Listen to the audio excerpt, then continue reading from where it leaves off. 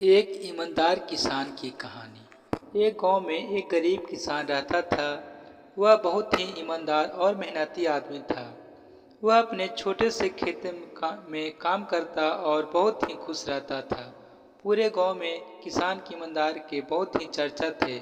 उसका एक दोस्त था जो उसके गांव के राजा के यहाँ सिपाही का काम करता था। वह किसान से उसके घर रोज मिलने जाता। एक बार राजा ने अपने दरबार में एक ऐलान किया कि उसके बगीचे में एक काम करने वाला एक अच्छा सा कारीगर चाहिए जो उसके बगीचे के पेड़ पौधे और फूलों का ध्यान रख सके। राजा का यह ऐलान सुनकर किसान के दोस्त सिपाही ने सोचा कि यही मौका है कि किसान से मित्रता निभाने की। मैं उसे यहाँ बगीचे में काम पर लगवा दूंगा। उसका वह मेरा साथ भी रहेगा एवं किसान का भला भी हो जाएगा। यह सोचकर उसने राजा से कहा कि महाराजा, मैं आपके लिए एक ऐसी आदमी को लेकर आऊँगा जो यह काम अच्छे से कर लेगा।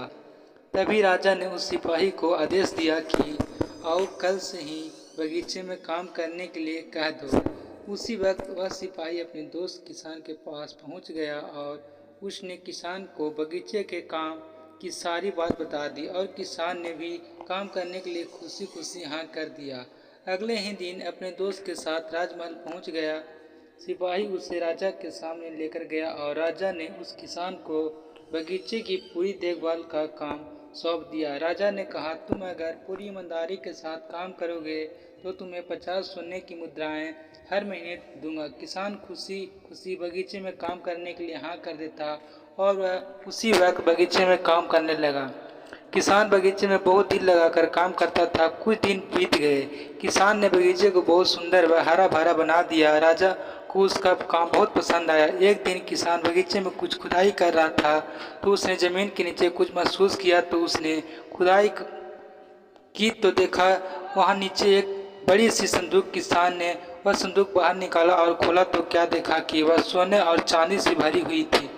यह देखकर किसान बहुत खुश हुआ और अपनी ईमानदारी दिखाते हुए राजा के पास पहुंचा। राजा किसान की ईमानदारी देखकर बहुत खुश हुआ और उसके साथ वहां गया जहां किसान ने खजाना निकाला था। राजा ने देखा तो कहा, यह खजाना तो हमारे पुरखों का है, हम कई वर्षों से इसे खोज रहे थे।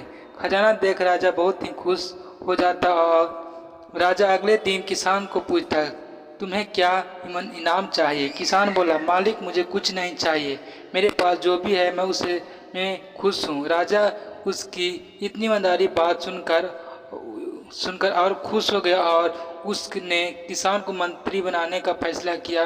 किसान ने राजा की बात मान ली और मंत्री बन गया।